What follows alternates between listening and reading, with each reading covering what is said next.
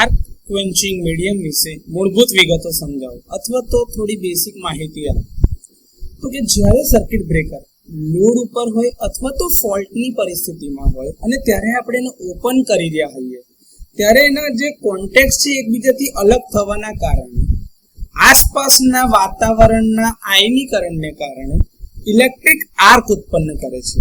એટલે કે જ્યારે એના બ્રેકરમાં કરંટ વહન કરતા કોન્ટેક્ટ કે જે તમારા ફિક્સ કોન્ટેક્ટ અને મૂવિંગ કોન્ટેક્ટ એકબીજાથી અલગ થતા હોય ત્યારે આર્ક ઉત્પન્ન થાય છે. ઇન્સ્યુલેશનને પુનઃ સ્થાપિત કરવા માટે એટલે કે રિસ્ટોર કરવા માટે અને કરંટના પ્રવાહને પાછો રોકવા માટે આ આર્કને ઝડપથી ક્વેન્ચ કરવો આવશ્યક છે, એટલે કે ઓલવવો જરૂરી છે. આ હેતુ માટે જે આજુબાજુમાં જે પદાર્થ વાપરવામાં આવે છે સર્કિટ બ્રેકરની અંદર એને આર્ક ક્વેન્ચિંગ મીડિયમ તરીકે ઓળખવામાં આવે છે.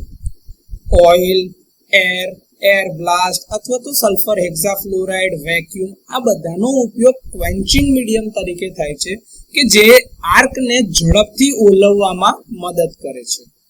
આર્ક ક્વેન્ચિંગ મીડિયમના ઇચ્છનીય ગુણધર્મોની જો વાત કરવામાં આવે તો એમાં છે ઉચ્ચ ડાઇલેક્ટ્રિક સ્ટ્રેન્થ, ઉચ્ચ થર્મલ વાહકતા, આર્ક ક્વેન્ચ થયા પછીથી ઝડપી ડીઆયનીકરણ જેથી કરીને આર્ક ફરીથી રીસ્ટ્રાઇક ના થાય, બિનઝેરી હોવું જોઈએ અને કામગીરી દરમિયાન સ્ટેબલ એટલે કે સ્થિર રહેવું જરૂરી છે.